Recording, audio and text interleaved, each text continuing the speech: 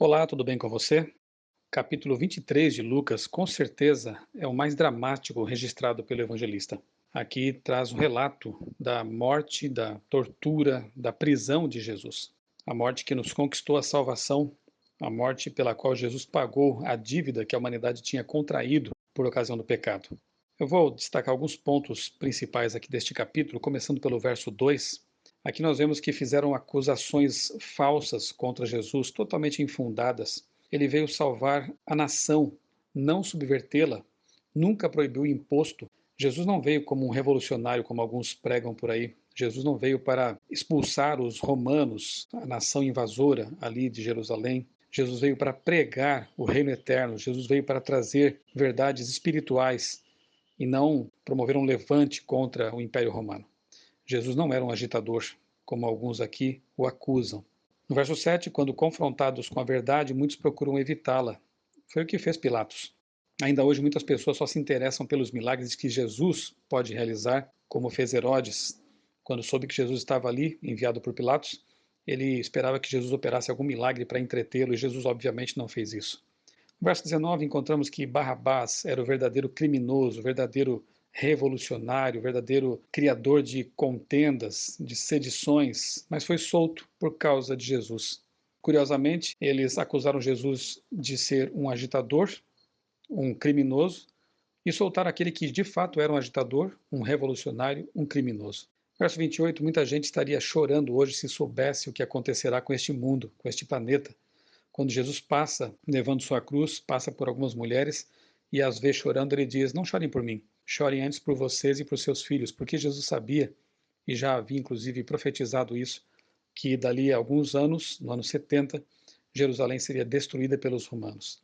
Verso 26, com Jesus à frente, podemos carregar nossa cruz, exatamente como aconteceu com Simão, o sireneu, que estava ali em Jerusalém e foi convocado pelos soldados, foi obrigado pelos soldados a carregar a cruz de Cristo, e Jesus ia à frente dele. Fica aqui uma lição espiritual, podemos aproveitar essa ilustração, quem sabe, que quando carregamos nossa cruz, com Cristo à frente, nós podemos levar esse peso porque ele nos ajuda, ele está perto de nós. No verso 34, Jesus pediu ao Pai que perdoasse seus malfeitores. Quer exemplo mais perfeito de cristianismo, de um cristianismo perfeito? Aí está esse exemplo. Jesus perdoa seus algozes, Jesus não alimenta ódio, Jesus permanece sereno enquanto é maltratado. Ainda no mesmo verso, de fato, aqueles homens não sabiam o que estavam fazendo. Imagine se eles soubessem que estavam crucificando o Criador do universo. Nos versos 35 a 39, Jesus não podia salvar a si mesmo, de fato, e nem precisava fazer isso, porque ele veio para salvar os perdidos. Salva-te a ti mesmo, alguns debochavam, mas Jesus não veio para fazer isso. Ele veio justamente para morrer, para dar a vida em resgate pelos pecadores. Na cruz de Cristo, acima de sua cabeça, havia uma placa, e nessa placa estava escrito Rei dos Judeus. Era também uma espécie de deboche, mas na verdade estava expressando uma pura verdade, só que incompleta. Ele não era apenas Rei dos Judeus, era Rei do Universo. E, naturalmente, aquela placa chamou a atenção de muitas pessoas que por ali passavam. Era um sábado de Páscoa, havia muitas pessoas em Jerusalém. As crucifixões eram feitas de forma pública para que as pessoas vissem aquilo, serviço de exemplo. Com certeza, ao verem aquela placa sobre a cabeça de Jesus, muitas pessoas devem ter pensado: quem é esse homem? O que está acontecendo aqui hoje? Nos versos 42 e 43, encontramos ali como que uma amostra do que a morte de Cristo realmente faz pelos pecadores. Jesus foi crucificado entre dois ladrões, e um deles escarnecia de Jesus, blasfemava, enquanto o outro, percebendo a grande oportunidade que tinha ali diante de si, ele aproveitou essa oportunidade no último momento de vida. E ele então pede a Jesus algo muito especial. Senhor Jesus, lembra-te de mim quando vieres no teu reino. Note que o ladrão sabia, de alguma forma, que a ressurreição será por ocasião da volta de Jesus. O ladrão não pede para ir para o céu naquele momento, ele diz: lembra-te de mim quando vieres no teu reino.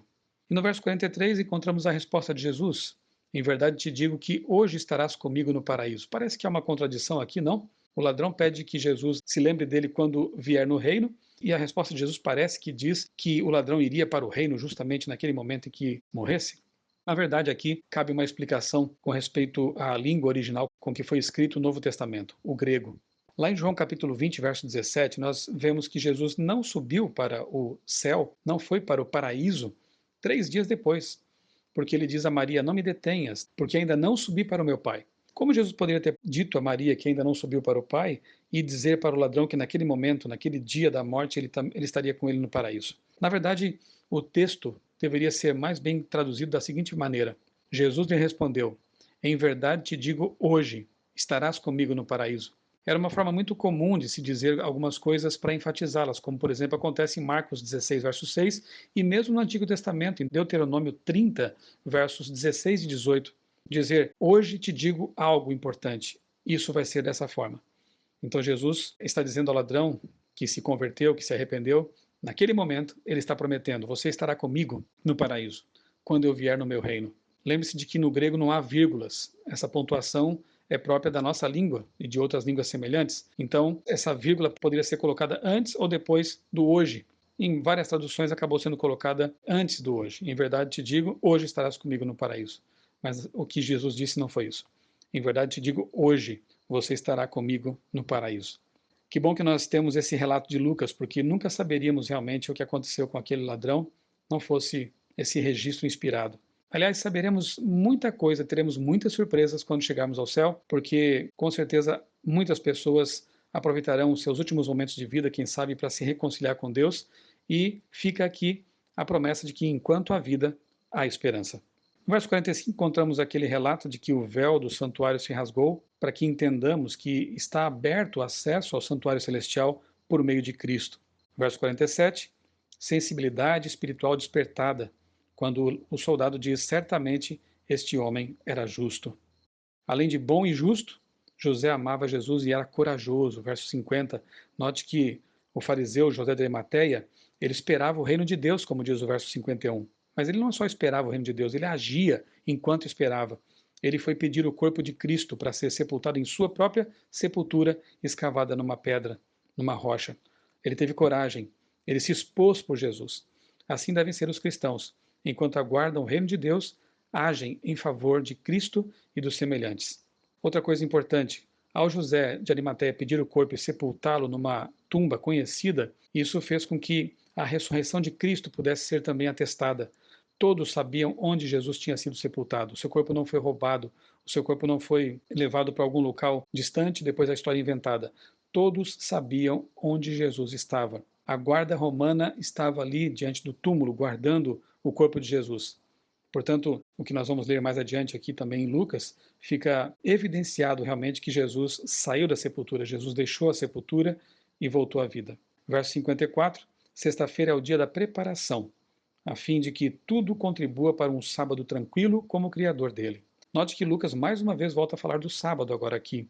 No verso 56, ele diz que as discípulas de Jesus eram fiéis aos mandamentos dele e guardaram o sábado, aguardando então que o domingo chegasse para preparar o corpo de Jesus realmente para ser mantido ali na sepultura, embalsamar o corpo de Jesus. Elas compraram perfumes, especiarias, mas no sábado deixaram as coisas ali e guardaram o mandamento. Se Jesus tivesse mudado o dia de guarda com a sua morte, essas mulheres fiéis seriam as primeiras a celebrar o domingo, quem sabe, como novo dia de guarda, mas isso não acontece. No sábado, Jesus permanece descansando na sepultura, na morte, e no domingo ele ressurge para a vida eterna. No verso 56 ainda, as mulheres haviam sido submetidas a grande estresse, mas descansaram no sábado, o sétimo dia realmente é uma bênção. Que esse capítulo nos enche de esperança, nos enche de alegria, por saber que Jesus é o nosso Salvador, que Jesus nos amou tanto, que deu o que ele tinha de mais precioso, a sua vida, para que nós possamos também ter a vida eterna. Eu sou o pastor Michelson Borges, desejo a você um dia muito abençoado na companhia de Jesus.